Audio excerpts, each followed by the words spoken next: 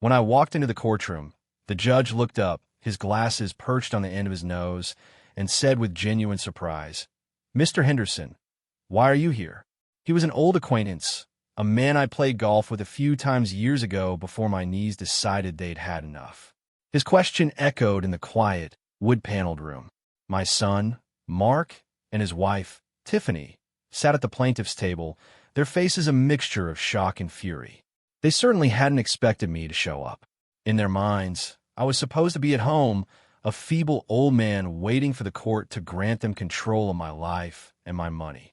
Their lawyer, a young man who looked like his suit was wearing him, shuffled his papers nervously. I offered the judge a small, calm smile. "Good morning, Your Honor," I said, my voice steady. "I'm here to watch the final act of a play I was forced to write. I believe my son is the star." I then took a seat in the gallery, folded my hands in my lap, and waited. "If you've got a moment, pour yourself a coffee. Let me tell you how we arrived in that room, and how the two people I loved most in the world came to view me not as a father, but as a vault to be cracked open. It all started with a dumpster. A large, ugly, rusted metal box sitting in my driveway, filled to the brim with my life. Or rather, with my late wife Eleanor's life. I'd been gone for a week, visiting my sister in Oregon. It was the first real trip I'd taken since Eleanor passed 3 years prior. Mark and Tiffany had been insistent. "You need to get away, Dad," Mark had said, putting a hand on my shoulder with feigned concern. "It'll do you good. Don't worry about the house. We'll keep an eye on things." I should have seen the glint in Tiffany's eye for what it was. Not concern, but opportunity. I returned home to that monstrous dumpster, a monument to their disrespect. They were in the living room, directing 2 workers who were preparing to paint the walls a sterile, soulless gray. The air smelled of primer and betrayal. My heart hammered against my ribs when I saw the empty space where Eleanor's reading chair used to be. The worn floral armchair where she'd read hundreds of books, where she'd sat knitting tiny sweaters when Mark was on the way. It was gone. The bookshelf she had inherited from her grandfather, filled with first editions she'd lovingly collected, was also gone. What is this?" I asked, my voice barely a whisper. Tiffany turned, a bright, false smile plastered on her face. "Dad, you're back early. We wanted to surprise you. A little refresh." This place was so dated, she waved a dismissive hand around the room. All that old clutter just had to go. It was depressing clutter. She called Eleanor's treasures clutter. I walked, numb, to the dumpster. There, on top of the pile of trash bags, was the broken frame of a painting Eleanor had done in college. Beneath it, I could see the splintered leg of her armchair. And peeking from a ripped black bag was the wing of one of her porcelain birds, a collection she had cherished. I felt the air leave my lungs. It was a physical blow, as if all the grief I had carefully managed for 3 years came roaring back at once, tidal and suffocating. Mark came out, wiping his hands on his designer jeans. "Hey, Dad. Looks great, right? So much more open now. We were thinking, once it's all modernized, we could get on the market. This house is way too big for you anyway. We could find you a nice, simple condo and use the equity from this place to finally get her dream home." There it was. The plan, laid bare in all its selfish, materialistic glory. They weren't just erasing my wife's memory. They were trying to sell my home, Eleanor's home, from right under my feet. My home, the one I had built with my own 2 hands, literally helping the contractors frame it out on weekends 50 years ago. The home where I brought my bride, raised my son, and held my wife's hand as she took her last breath. They saw it not as a sanctuary of memories, but as a pile of cash, an asset to be liquidated for their next upgrade. In that moment, I didn't see my son. I saw a stranger with my son's face, his eyes reflecting a profound emptiness I had never truly acknowledged before. An emptiness I had been filling his entire life with money, gifts, and endless support, hoping it would one day magically transform into character. I didn't yell. I didn't scream or rage, though every fiber of my being wanted to. I simply turned, walked back inside, went into my study, the one room they hadn't touched yet, and closed the door. The silence was absolute. I sat in my leather chair, the one that smelled faintly of Eleanor's rose-scented hand cream, and I stared at the photograph on my desk. It was her, smiling, on our 40th anniversary. Her eyes seemed to hold a familiar warning, a phrase she'd often used when my generosity bordered on foolishness. Don't let them walk all over you, David. Love isn't about being a doormat. The hurt was a physical ache in my chest, a deep, crushing weight. But as the minutes ticked by, something else began to happen. The pain didn't disappear, but began to crystallize. It solidified from a liquid grief into something hard, cold, and sharp. It was the birth of a resolve I hadn't felt in decades. The man who had built a company from nothing, the man who had negotiated million-dollar deals with shrewd and ruthless competitors, that man began to wake up from a long, sad slumber. They had mistaken my quiet grief for senility. They had mistaken my generosity for weakness. They had mistaken my love for a bottomless bank account. They were wrong. And I, their ever-reliable father, was about to become their most dedicated teacher. The subject of my lesson was simple. Actions have consequences. What my son and his wife never bothered to understand was my history. To them, I was just Dad, a retired accountant who had done pretty well and now lived a quiet life. They saw the modest car I drove, the simple clothes I wore, and assumed my resources were finite, a large but dwindling pot of gold they were entitled to drain. They had no idea that I hadn't been an accountant for a small firm. They didn't know that 30 years ago, I co-founded a software company that developed a revolutionary data encryption algorithm. They didn't know that 15 years ago, we sold that company to a tech giant for a sum that was, to put it mildly, life-altering. I didn't change my lifestyle. Eleanor and I were simple people. We found joy in our garden, in our books, in each other. The money was just security, a tool to ensure our son would never have to struggle the way we did. A fatal miscalculation on my part. I had removed the struggle, and in doing so, I had removed the growth. Mark had a business degree from a top university, paid for in full by me.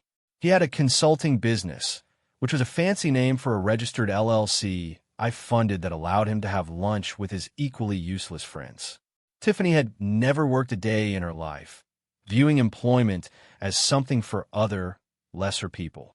Their entire existence, from the roof over their heads to the artisanal coffee in their cups, was a fiction authored and financed by me. The first step of my plan was an audit. For 3 days, I didn't leave my study. Fueled by black coffee and a cold fire of purpose, I went through a decade of financial records. I printed every credit card statement, every bank transfer, every wire confirmation. I laid them out on my large mahogany desk, creating a paper trail of their entitlement. It was staggering. The down payment on the house they lived in, a beautiful 4-bedroom colonial in the city's most exclusive suburb, that was me. The 2 luxury SUVs in their driveway, registered in my name, paid for from my investment account. Their country club membership, with its exorbitant annual fees, billed directly to my Amex Centurion card, on which Mark was a supplementary user. Vacations to Bali, ski trips to Aspen, shopping sprees in Paris. Tiffany's weekly spa days, Mark's custom-fit golf clubs, the caterers for their ridiculously lavish parties.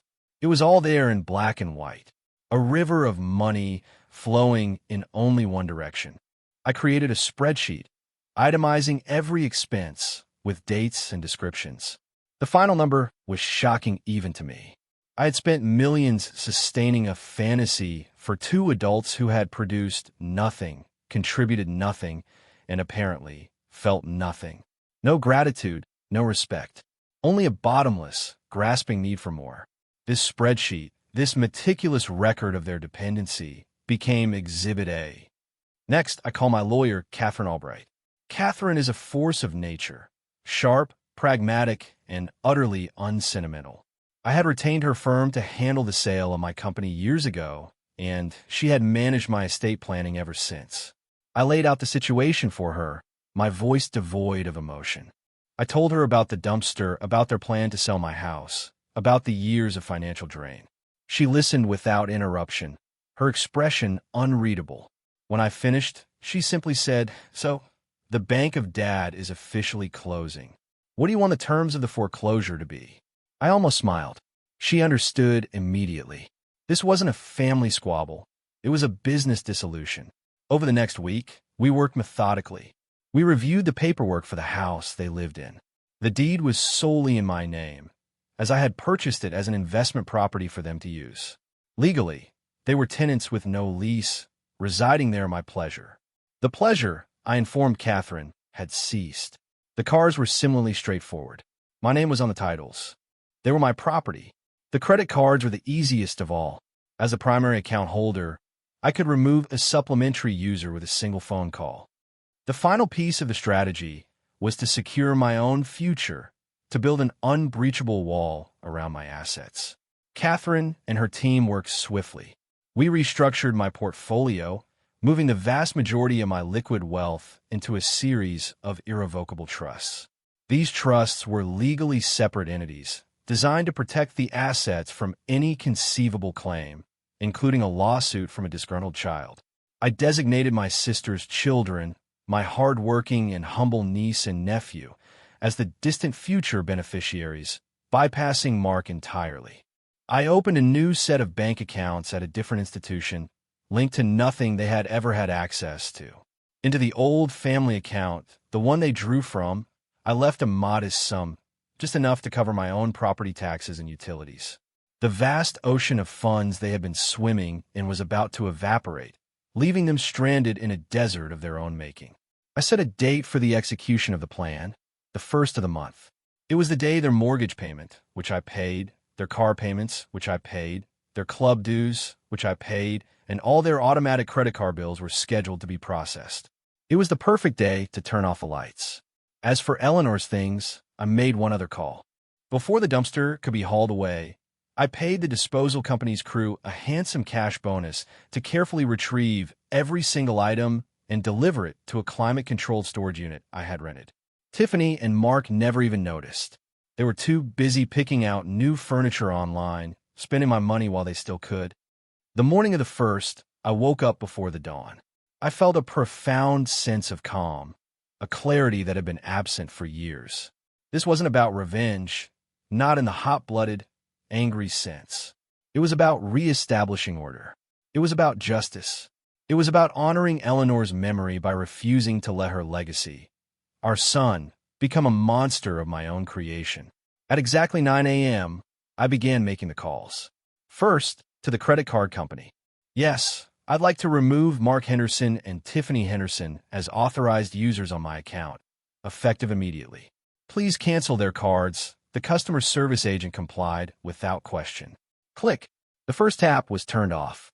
Next, I logged into my online banking portal and severed all automatic transfer links between my primary accounts and the joint account they used. Click. The river ran dry. Then, I called the towing company. I have 2 vehicles, a Range Rover and a Porsche Cayenne, that need to be repossessed. They are my property, and they're being used by individuals who are no longer authorized. Yes, I have the titles right here. They promised a truck would be there within the hour. My final call before leaving the house was to Catherine. It's done, I said. Please proceed. She confirmed that a courier was on his way to their address with an official, legally binding 30-day eviction notice. I then packed a small bag, got in my perfectly sensible sedan, and drove to my sister's house in Oregon. I needed to be somewhere peaceful, somewhere the fallout couldn't physically reach me. The first call came 2 hours later as I was driving through the mountains. It was Tiffany. Her voice was sharp with annoyance, not yet panic. David, my card was just declined at Neiman's. It's so embarrassing. Can you call them and sort it out? I need this dress for the charity gala. The charity gala, I knew, was just an excuse to show off a new outfit. No, Tiffany, I cannot, I said, my voice even. Why not? Is there a problem with the account? The account is fine, I replied. Your access to it, however, has been terminated. I heard a sharp intake of breath before I hung up the phone. The second call, an hour after that, was from Mark. He was yelling before I even said hello. What the hell is going on? My card was declined at the club. They just posted a list of members with delinquent accounts. Do you know how humiliating that is? Yes, I said quietly. I'm beginning to understand humiliation quite well. Fix it, he demanded. Now. No, Mark, I said, the calm in my voice seeming to infuriate him further. The time for me to fix your problems is over. Actions have consequences. I hung up before he could respond. I switched my phone to silent and didn't look at it for the rest of the day. The unraveling, as Catherine later described it to me, was swift and spectacular. They arrived home from their failed shopping trip to find the tow trucks hauling their beloved SUVs out of the driveway. They tried to use their key fobs to get into the house, but the locks had already been changed. Taped to the front door was the eviction notice, its legal language cold and unforgiving. Their world, built on a foundation of my money, collapsed in a single afternoon. The calls and texts became a deluge of panic, rage, and eventually pathetic pleading. Their friends, the ones who had flocked to their parties and vacation on my dime, vanished as soon as the money was gone. Funny how that works. They were forced to rent a small, dingy apartment on the bad side of town, using the last of the cash they had on hand for the deposit. Mark, who had never held a real job in his life, was forced to take a position at a big-box hardware store, wearing a bright orange apron and helping customers find drywall screws. Tiffany, who considered manual labor a fate worse than death, got a job as a waitress at a chain restaurant, her perfectly manicured nails quickly ruined by hot plates and dish soap. Their final, most arrogant act of desperation was to sue me. They hired a lawyer on contingency and filed a petition for an emergency conservatorship. Their claim was that I, their loving father, had suddenly and inexplicably become mentally incompetent, that I was suffering from delusions and was a danger to myself and my own financial well-being. They argued that they, as my only child and his caring wife, should be granted control of my assets to protect me. It was a vile, disgusting lie, and it was the final nail in the coffin of any lingering affection I had for them. Catherine was ecstatic. "They've walked right in the trap, David," she said over the phone. "They've taken a private family matter and made it a public record. Now we can present our evidence in a court of law, and that is how I found myself sitting in the gallery of a courtroom, watching the judge stare at me in confusion. Your Honor," their lawyer began, his voice oozing with false sympathy, "we are here today out of grave concern for my client's father, Mr. David Henderson. As you can see, he is an elderly man." He gestured vaguely in my direction. "Recently, he has exhibited erratic and harmful behavior, cutting off his only son and heir without cause, and making irrational financial decisions. We have affidavits from several of Mr. Henderson's associates," he stumbled over the word, attesting to his recent confusion and paranoia. "We believe he is being manipulated by outside parties, and we are simply asking the court to appoint his loving son, Mark, as his conservator to protect his estate." It was a masterful piece of fiction. Mark and Tiffany nodded along, dabbing at dry eyes with tissues. When he was finished, the judge looked over to Catherine. "Ms. Albright." Catherine stood, a picture of professional confidence. "Your Honor, we won't be calling Mr. Henderson to the stand. His mind is as sharp today as it was when he sold his company for 9 figures. Instead, we'd like to present a few exhibits to clarify the situation for the court." She placed a thick, bound document on the clerk's desk. "Exhibit A, Your Honor, is a detailed financial audit of all the funds Mr. Henderson has gifted to his son and daughter-in-law over the past 10 years. We have itemized every credit card charge, every cash transfer, every paid bill. The grand total, which you will find on the final page, is just over $47 million. This is the support that my client has supposedly and erratically cut off." A gasp went through the small courtroom. Mark's face went from pale to ghostly white. "Exhibit B," Catherine continued, placing a folder next to the binder, "contains the deed to the home at 125 Elm Street, where the petitioners were residing. As you can see, it is solely in my client's name. It also contains the titles for the 2 vehicles they were driving, also solely in my client's name. The petitioners have been living rent-free and driving luxury cars entirely at my client's expense for years." Their lawyer was now staring at his own shoes, his face bright red. "And finally, Your Honor, Exhibit C," Catherine signaled to an aide, who set up a small speaker on the table. My client recently installed a security system in his home. This is an audio recording from his living room. Dated the day before he left on his trip. She pressed play. The courtroom filled with Tiffany's shrill voice. Just get him out of the house for a week. That's all we need. We can clear out all this old junk of his mother's and get the painters in. It's time to modernize, Mark. We're thinking of selling this place anyway. It's too big for him. We could get at least $2 million for it in this market. Then Mark's voice, lazy and entitled. Yeah, you're right. We'll find him a nice, simple condo somewhere. He doesn't need all this space. It's our money, really, when you think about it. An inheritance we should be able to use now. The recording ended. The silence that followed was deafening. Every eye in the room was on Mark and Tiffany, whose faces had crumpled in utter horror and humiliation. They were exposed, their greed and disrespect laid bare for a judge and the public record to see. The judge slowly took off his glasses and rubbed the bridge of his nose. He looked at the two of them, and his expression was one of pure, unadulterated contempt. This is the most frivolous and insulting petition I have ever seen in my 20 years on the bench, he said, his voice dangerously low. You have not come here out of concern. You have come here out of greed. You have enjoyed a lifestyle that most people can only dream of, a lifestyle you did nothing to earn. And instead of being grateful, you plotted to dispose of your father and sell his home. You are a disgrace, he slammed his gavel down. Petition for conservatorship is denied with extreme prejudice. I am also referring this matter to the district attorney's office to investigate possible charges of attempted fraud.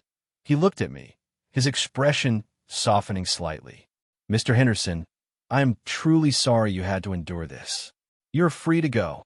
I simply nodded, stood up, and walked out of the courtroom without a backward glance. I didn't feel triumph or even joy, just a quiet, somber sense of finality. The play was over. Justice had been served. In the months since, I have reclaimed my life.